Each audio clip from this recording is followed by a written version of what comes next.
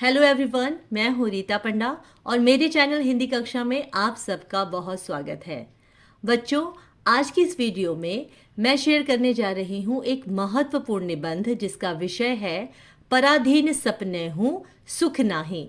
बच्चों, यह विषय परीक्षा की दृष्टि से भी काफ़ी महत्वपूर्ण है, तो इस वीडियो को आप ध्यानपूर्वक और शुरू से अंत तक पूरा ज़रूर देख लीजिए और मेरी सारी वीडियोस और उनके नोटिफिकेशन आपको टाइम टू टाइम मिलते रहें।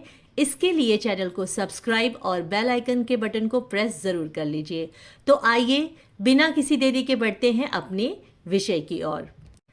बच्चों, विषय पे आने से पहले मैं आपको ये बताना चाहती हूँ कि मैंने इस निबंध को बिंदुओं के रूप में लिखा है, यानी कि पॉइंट्स के रूप में लिखा है। इससे आपको 3 फायदे होंगे। पहला तो आप इस निबंध की जो सामग्री है या जो विषय वस्तु है उसे अपने अनुसार निबंध, अनुच्छेद, भाषण या पीपीटी के लिए या फिर किसी प्रोजेक्ट के लिए प्रयोग में ला सकते हैं। दूसरा, आप अपने हिसाब से इस अनुच्छेद की जो शब्द सीमा है यानी जो वर्ड लिमिट है उसे कम या ज़्यादा कर सकते हैं। और तीसरा, जो आपके लिए सबसे ज़्यादा उपयोगी है कि बिंदुओं के रूप में इस विषय को याद करने में आपको बहुत आसानी होगी। तो आइए अब अपना अनुच्छेद शुरू करते हैं। पराधीन सपने हूँ सुख नाही। पराधीन सपने हूँ सुख नाही, इस पंक्ति का अर्थ है पराधीन व्यक्ति को सपने में भी सुख प्राप्त नहीं होता। यह पंक्ति तुलसीदास जी के द्वारा लिखी गई है। उनका यह चिंतन या विचार पराधीनता के दुख या पीड़ा को बताते हुए स्वतंत्रता के महत्व को दर्शाता है। उनकी यह उक्ति संसार के हर एक प्राणी के जीवन की कसौटी पर खरी उतरती है, चाहे वह मनुष्य हो या कोई पशु पक्षी।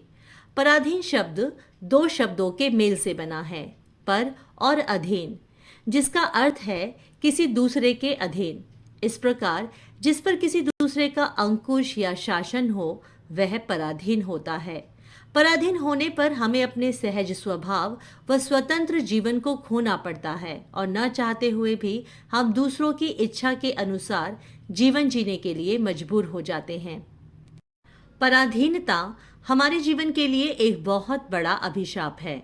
पराधीन जीवन अत्यंत कष्टमय होता है। पराधीन होने पर हमारी खुशियों, हमारी इच्छाओं और हमारे अधिकारों का कोई महत्व या मूल्य नहीं होता।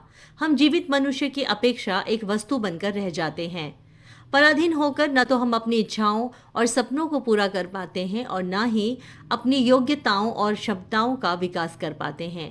पराधीन जीवन हमारे साहस, दृढ़ता और आत्मविश्वास को नष्ट करके हमें निर्बल व भाग्यवादी बना देता है, जिसके कारण हमारा जीवन लक्ष्यहीन व उद्देश्यहीन हो जाता है।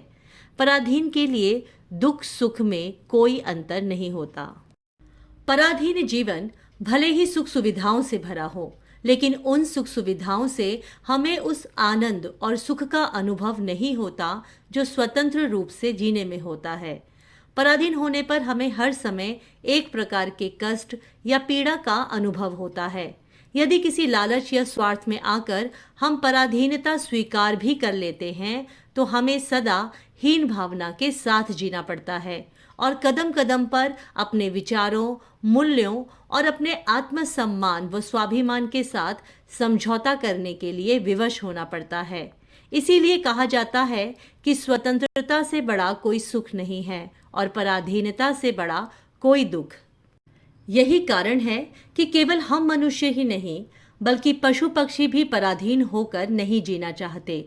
पिंजरबद्ध पशु पक्षी भी स्वयं को बंधन मुक्त करने के लिए हमेशा प्रयास करते रहते हैं, भले ही उन्हें अपने प्राण गंवाने पड़े।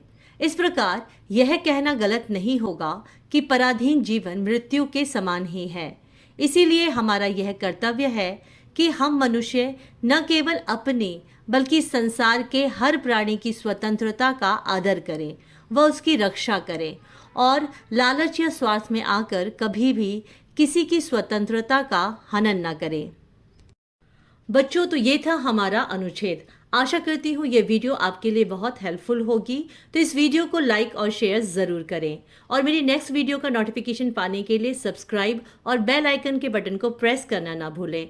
और आपको यह वीडियो कैसी लगी कमेंट करके मुझे ज़रूर बताइएगा और अगर आपका कोई सवाल या सुझाव हो तो आप उन्हें भी मुझसे शेयर कर सकते हैं। तो मिलते हैं अगली वीडियो में। तो आप सब इसी तरह खुश रहिए, स्वस्थ रहिए और हिंदी पढ़ते रहिए। धन्यवाद।